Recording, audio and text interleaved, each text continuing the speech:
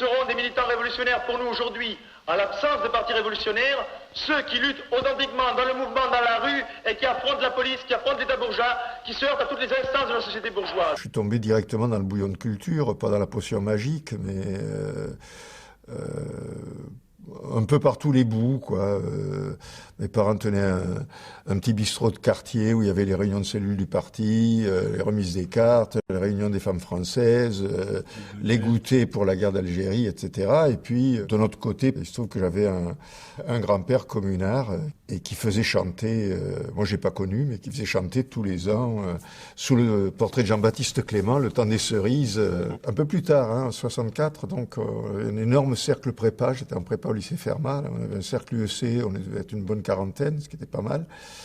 Et bon, des réunions sur le conflit sino-soviétique, c'était l'actualité, donc on voulait essayer de comprendre. Et puis bon, il y avait des articles intéressants dans la revue 4e internationale, mais on ne savait pas du tout ce que c'était. Donc bon, on tenait réunion avec la revue sur la table, etc. Puis le secrétaire fédéral est passé, bon, on a commencé à gueuler. Bon, on l'a foutu dehors, on a dit le cercle est souverain, on fait ce qu'on veut. On est rentré assez vite en conflit en réalité. On trouvait que le parti était mou sur le soutien au Vietnam. Et de là a commencé à venir un réexamen quand même sur la guerre d'Algérie, parce qu'on a commencé à redécouvrir les critiques qu'avait faites le FLN sur le type de soutien pendant la guerre d'Algérie. Et puis, le point de rupture, ça a été le soutien à Mitterrand à la présidentielle de décembre 65, où là, bon... on est rentré en opposition ouverte. Moi, j'allais pas tellement au parti. Moi, je militais essentiellement de l'UEC. J'avais une carte, c'est tout. Donc,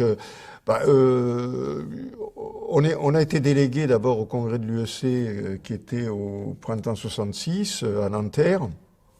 On est arrivé comme délégué oppositionnel. On a posé une question préalable au congrès. Catherine Samary, à l'époque, moi, j'ai réussi à avoir sur la question d'ordre du jour, question préalable, demander la réintégration des gens du secteur lettres exclus qui étaient dans les allées alentours du gymnase de Nanterre. Bon, il y a eu refus. On n'a pas été soutenu à l'époque par les normaliens althusériens, ce brave Linhart en tête. Et donc, bon, on a dit, puisque vous les réintégrez pas, on se barre. Donc, on a quitté on a pris nos valises. Et puis on a quitté le congrès, on est allé dans une minuscule salle qui est la salle au-dessus du café Saint-Sulpice, place Saint-Sulpice. Elle n'est pas grande, quand j'y suis retourné, c'est vraiment minuscule. Bon, on a dit, on crée les jeunesses communistes révolutionnaires, voilà.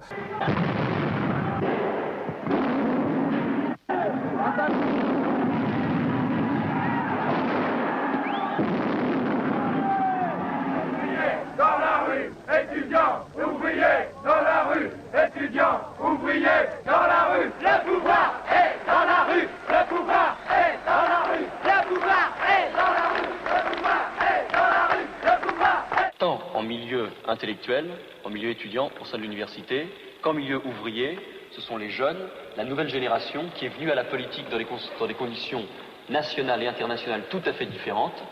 Nous pensons qu'il est indispensable dans les circonstances actuelles de donner à la masse de ces militants une structure de regroupement qui leur permette de faire le premier pas, la rupture avec le Parti communiste, la rupture avec les appareils, en vue de se diriger vers une ligne révolutionnaire. C'est à partir d'actions concrètes, et là encore je peux citer l'exemple des actions que nous avons menées, c'est bien par les manifestations de rue, c'est bien par les barricades que nous avons rompu le jeu de la légalité parlementaire, réciproquement reconnu par le Parti communiste et par le gouvernement, et que nous avons mis au pied du mur simultanément et le gouvernement et les organisations ouvrières. On a vu se dégager un courant dans les organisations ouvrières décidé à suivre, à imiter la lutte des étudiants, et qu'au travers de ce courant se sont dégagés dans les luttes récentes, à Renault, dans les postes, les éléments d'avant-garde qu'il est temps aujourd'hui de regrouper. Mais là, je pense que nous n'avons pas à conclure, le débat est encore en cours et il faudra réintervenir sur la méthode de ce regroupement. Je crois que des gens plus mûrs auraient réfléchi à deux fois aux conditions, au rapport de force, au contexte, avant de se mettre à dresser des barricades rue Gay-Lussac, ce qui peut paraître un peu loufoque. Et pourtant, cette part d'inconscience permet aussi de créer l'événement. Et reste de 68 essentiellement une révolution culturelle, une mise à jour des mœurs, une évolution de la sexualité, la contraception. Tout ça est vrai. Mais tout ça s'est produit partout dans le monde sans qu'il y ait besoin d'une grève générale. C'est vrai dans les pays scandinaves, c'est vrai... donc c'est pas ça qui caractérise et qui fait que 68 peut encore nous intéresser.